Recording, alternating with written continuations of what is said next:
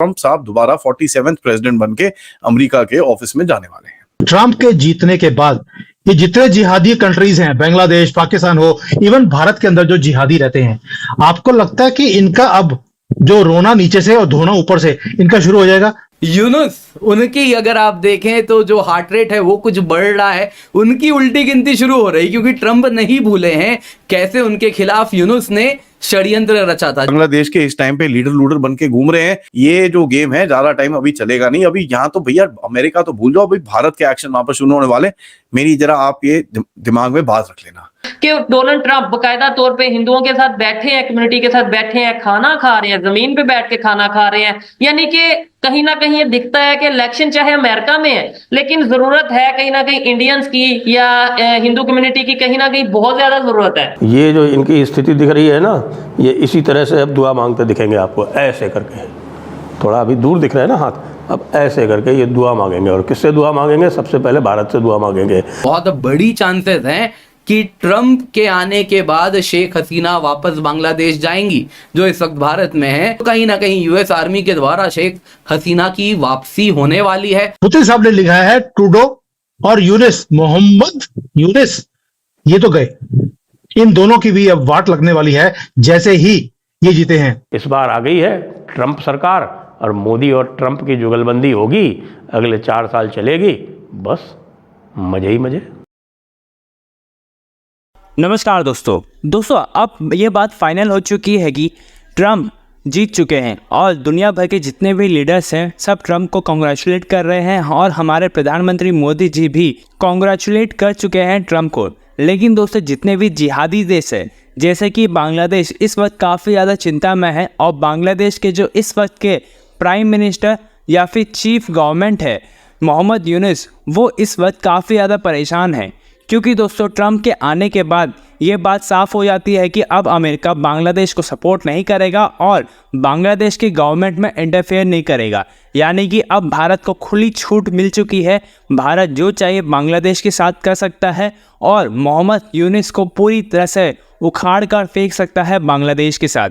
इसके साथ साथ दोस्तों, ये बात भी हमें सामने आ रही है कि ट्रंप के अच्छे रिलेशन से शेख हसीना के साथ, यानी कि अब शेख हसीना वापस से बांग्लादेश जा सकती है और वहाँ पर प्राइम मिनिस्टर भी बन सकती है, क्योंकि इस वक्त भी शेख हसीना का काफ़ी ज़्यादा सपोर्ट मौजूद है बांग्लादेश में। तो चलिए दोस्तों, इसी पर आगे पाकिस्तानी मीडिया का रिएक्शन देखते हैं, जो इस वक्त काफ़ी ज़्यादा चिंतित दिखाई दे रहा है, क्योंकि ट्रंप पाकिस्तान पर भी एक बड़ा एक्शन ले सकते हैं, क्योंकि पाकिस्तान हर वक्त भारत के खिलाफ कुछ ना कुछ एक्शंस ले रहा है। जब डोनाल्ड ट्रंप जीत के आए थे, जस्ट प्रेसिडेंट बने थे, बांग्लादेश से एक डेलीगेशन आता है डोनाल्ड ट्रंप से मिलने, और विक्ट्री होती है तो बधाई संदेश लेकर के आता है। तो उसमें कुछ डिप्लोमैट्स होते हैं बांग्लादेशी, अमेरिकन प्रोमिनेंट मेंबर्स होते हैं, members of government from Dhaka, Sheikh Hasina ji की रिजीम के लोग होते हैं। उन सब से मिलने के बाद डोनाल्ड ट्रंप पहला सवाल पूछते हैं, वो माइक्रो फाइनेंस गाय कहाँ है आप लोगों का ढाका वाला? ट्रंप ने कहा, मैंने सुना है उसने काफी पैसे दिए थे मुझे हरवाने के लिए। फिर आगे बढ़ के ट्रंप वॉज फ्यूरियस कि यूनुस और उसकी जो इंस्टीट्यूशन है वो इस प्रकार से क्लिंटन लोगों के साथ मिलके अमेरिकन पॉलिटिक्स में इस प्रकार से षड्यंत्र रचती है, ट्रंप को हराने के लिए षड्यंत्र रचती है, ये उनको नागवार था। ट्रंप आज भी ये याद रखते हैं, और इसीलिए अगर आप देखें तो जो ट्रंप ने कहा था बांग्लादेश के बारे में, आप देख सकते हैं, आप क्लियरली इसको अंडरस्टैंड कर सकते हैं। अभी रिसेंटली दीपावली में जो उन्होंने कहा कि बांग्लादेश इस वक्त टोटल स्टेट ऑफ केओस में है, यानी यूनुस की ही बात हो रही है ना, उन्हीं के अंदर ये केओस चल रहा है। आगे इन्होंने क्या कहा, ये कभी भी मेरे वॉच में नहीं होता, ये सब कमला और जो ने किया है, हिंदूज को इग्नोर किया है, और मैं आया तो हिंदूज को प्रोटेक्ट करूंगा इस रैडिकल लेफ्ट से। यानी कि वो एक बात समझ रहे हैं, जो यूएस के डेमोक्रेट्स, स्पेशली जो कमला, बाइडन, क्लिंटन, ओबामा के द्वारा रन किया जा रहा है, और ग्लोबली यूनुस जैसे कुछ लोग हैं, उनके बीच में एक पूरी की पूरी आइडियोलॉजिकल अलायंस बनी हुई है। तो यही जो ट्रंप का स्टैंड है बांग्लादेश में, ये बड़ा क्लियर उन्होंने आने के पहले ही कर दिया है। उन्होंने साफ साफ कह दिया है कि जो वायलेंस है हिंदूज के खिलाफ ये बर्दाश्त नहीं है, और इसके जो रचयिता हैं, नाम नहीं लिया लेकिन कह दिया Bangladesh total state of chaos में है और केओस को रन कर रहे हैं यूनुस। तो बड़े ही स्ट्रॉन्ग वर्ड्स उन्होंने दिए हैं, जो क्लियरली बता रहा है कि ये खुश नहीं होने वाले। जो ट्रंप का पहला स्टेंट था एज अ प्रेसिडेंट, उसमें भी आइए हमको काफी कुछ समझने मिलेगा जिससे हम एक्स्ट्रापोलेट कर पाएंगे कि बांग्लादेश के लिए सेकंड स्टेंट कैसा होगा। देखिए दोस्तों, पास में यूएस डिपार्टमेंट ऑफ स्टेट तब भी बांग्लादेश में इंटरफेयर करना चाहता था, कह रहा था कि देखिए चाइना और रशिया से क्लोज हो रहे हैं, हमें कुछ करना पड़ेगा। इसके बाद दोस्तों इंडिया का इंसिस्टेंस था कि देखिए ट्रंप के साथ शीर्ष नेतृत्व पे ही था जब उनको कहा गया था कि डिपार्टमेंट ऑफ स्टेट को इससे बाहर रखें, शेख हसीना हमारे लिए बेस्ट बेट हैं। और इसके बाद ट्रंप ने उनकी बात सुनी भी थी, कहा जाता है हमारे शीर्ष नेतृत्व की बात सुनी थी, और उसके बाद अपने डिपार्टमेंट ऑफ स्टेट को कहा गया था कि आप इंटरफेयर ना करें बांग्लादेश में।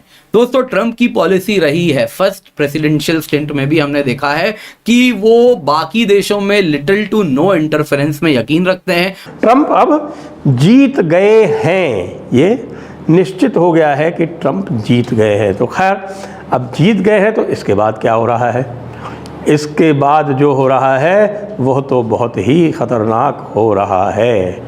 जी हाँ, अब आप देखिए कहाँ कहाँ क्या क्या हो रहा है। आइए या देखते हैं कि हमारे विश्व के कुछ जो प्रसिद्ध लोग हैं उन्होंने क्या कहा।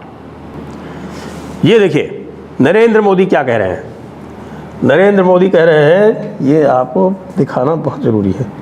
तो नरेंद्र मोदी जो कह रहे हैं वो आप पहले जानिए। नरेंद्र मोदी कह रहे हैं, heartiest congratulation my friend real Donald Trump. ये तो सब ठीक है, लेकिन जो इसमें मुख्य बात है ये क्या कह रहे हैं, I look forward to renewing our collaboration. I look forward to renewing our collaboration. मतलब समझ रहे हैं कि नहीं, मतलब ये कि भैया ये बाइडेन जो था और ये बाइडेन कमाला और ये जो डेमोक्रेट्स थे, इन्होंने हमारा कोलैबोरेशन जो था वो पूरी तरह से नष्ट भ्रष्ट कर दिया था। अब आए हैं आप तो हम इस कोलैबोरेशन को वापस इस्टेब्लिश करेंगे। तो ये अब नरेंद्र मोदी का कहना है।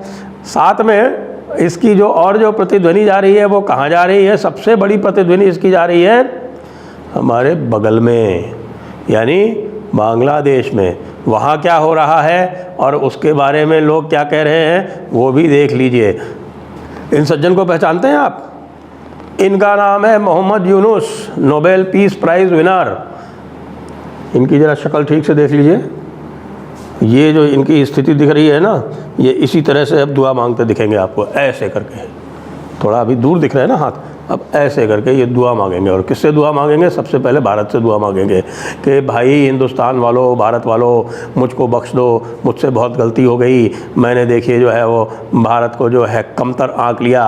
अब जो है हमारा आका चला गया है, बाइडेन चला गया है, और सोरोस चला गया है, और डोनाल्ड लू चला गया है।